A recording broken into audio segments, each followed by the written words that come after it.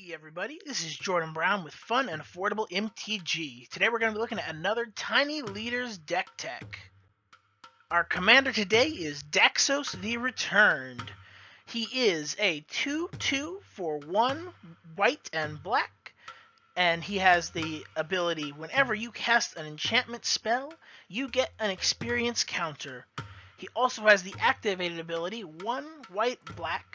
Put a white and black spirit enchantment creature token onto the battlefield. It has this creature's power and toughness are each equal to the number of experience counters you have.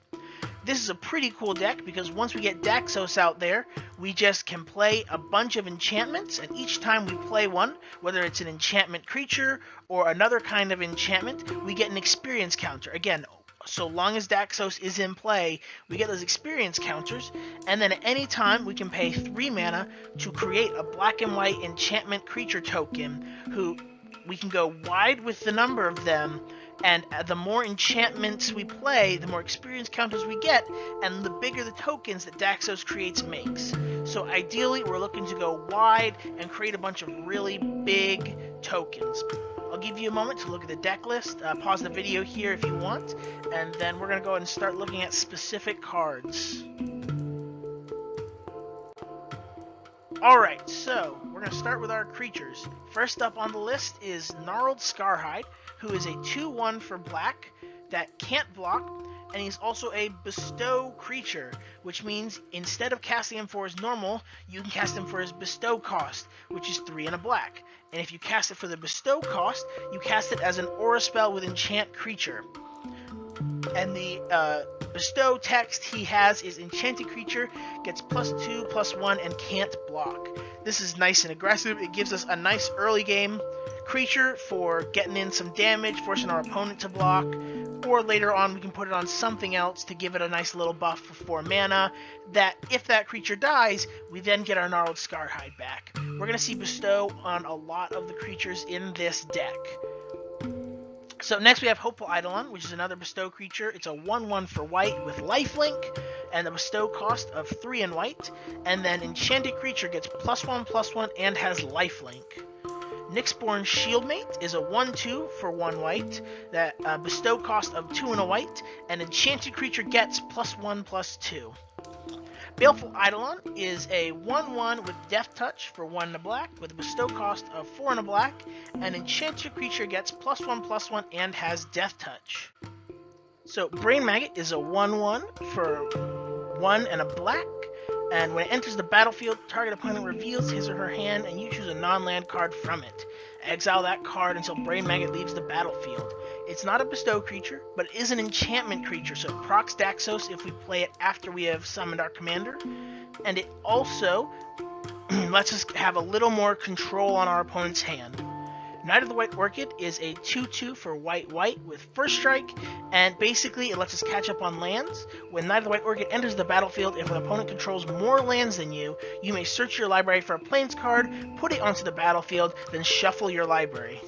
Now, Nyxfleece Ram is another enchantment creature. It's a nice blocker, 1 and a white for a 0/5. At the beginning of your upkeep, you gain 1 life. So that's going to be really nice, because once we get it out there, it can just kind of sit there and gain us life and block. We also have Sightless Brawler, which is a 3/2 for 1 and a white that can't attack alone. Now, it can block. And it has Bestow, 4 and a white. And when it is bestowed, enchanted creature gets +3/+2 and can't attack alone. Underworld Coinsmith is a white and a black for a 2/2 with Constellation. We're not going to see as much of this one, but it's pretty nice for all the enchantments they're going to be making, which Constellation is when this creature or another enchantment enters the battlefield under your control, you gain 1 life. This does activate when Daxos creates tokens. So, the Constellation effect is we gain a life, and then we can pay a white and a black at any time, and also pay a life to have each opponent lose 1 life. It lets us kind of sink. If we don't have enough mana for Daxos, we can kind of sink some mana into this, or if our opponent's really low and we've got the mana, we just pay life and mana to take away their life.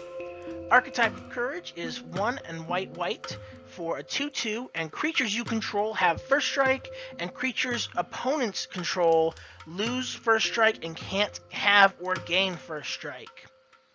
Eidolon of Countless Battles is a 0/0 for 1 white with a bestow cost of 2 white. Eidolon of Countless Battles and Enchanted Creature each get +1/+1 for each creature you control and +1/+1 for each aura you control. Eidolon of Rhetoric is 2 and a white for a 1/4, and each player can't cast more than one spell each turn. We're definitely not going to want to play this until after we play Daxos, but once we get higher up in mana, our opponent's going to be only able to play one spell a turn, and while we will also only be able to play one spell a turn, we get to create tokens with all of our leftover mana. So we've also got Grim Guardian, 2 and a black for a 1/4 with another constellation effect. Whenever Grim Guardian or another enchantment enters the battlefield under your control, each opponent loses 1 life. Master of the Feast is 1 black for a 5/5 with flying. At the beginning of your upkeep, each opponent draws a card. Now, that might be a little bit scary, giving your opponent some card advantage, but because we're going to be going wide and tall with all of our tokens, being able to play a 5/5 with flying for 3 mana is going to be very strong. Now we've also got Night Howler here, who also costs 1 black with a bestow of 2 black, and he is a 0/0. Night Howler and Enchanted Creature each get +X/+X, where X is the number of creature cards in all graveyards. And of course, we've got Observant Alseid for 2 and a white, with Bestow 4 and a white. It is a 2/2 with Vigilance. An Enchanted Creature gets +2/+2 and has Vigilance. We're going to go ahead and take a look at our spells now. First up, we have Altar's Reap for 1 and a black. As an additional cost to cast Altar's Reap, sacrifice a creature. Then we get to draw 2 cards. This works because we're going to be going wide on creatures, and we're going to want some card draw. Disenchant is 1 and a white to destroy target artifact or enchantment. Doomblade is 1 and a black to destroy target non-black creature. Go for the Throat is 1 and a black to destroy target non-artifact creature. And Immolating Glare is 1 and a white to destroy target attacking creature. Next up, we've got an artifact. Helm of the Gods is 1.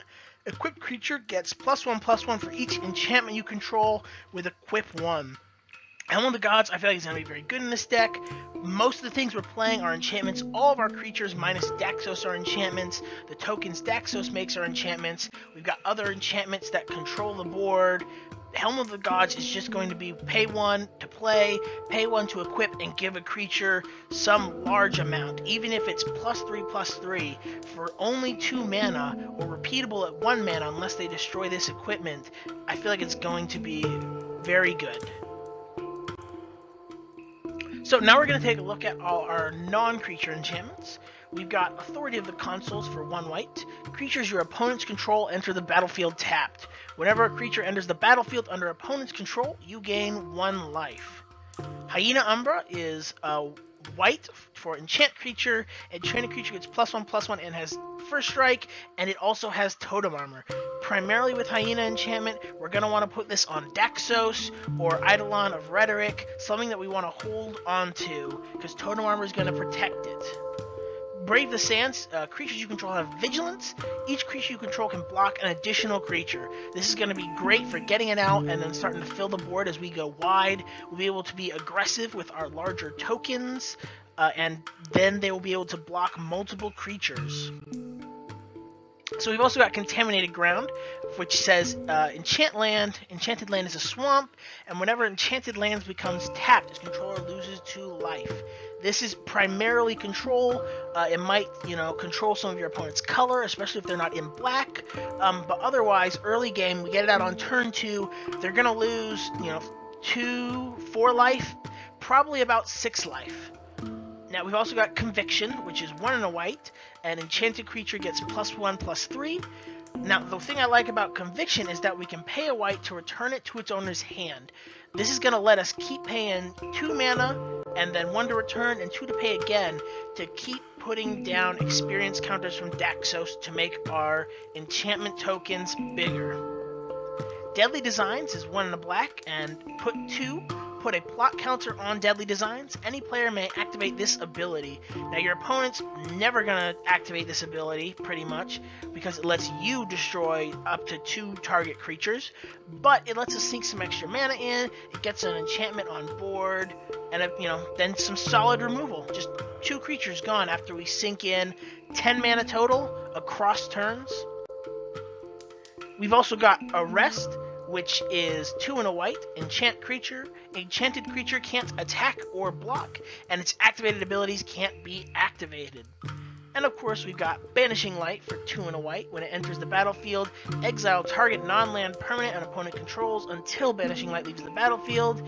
And Oblivion Ring for the same cost. When it enters the battlefield, exile another target non-land permanent. When Oblivion Ring leaves the battlefield, return the exiled card to the battlefield under its owner's control. Last but not least, we've got our lands. Caves of Koilos, we can play it and add 1 colorless to our mana pool, or we can add white or black to our mana pool and have it deal 1 damage to us.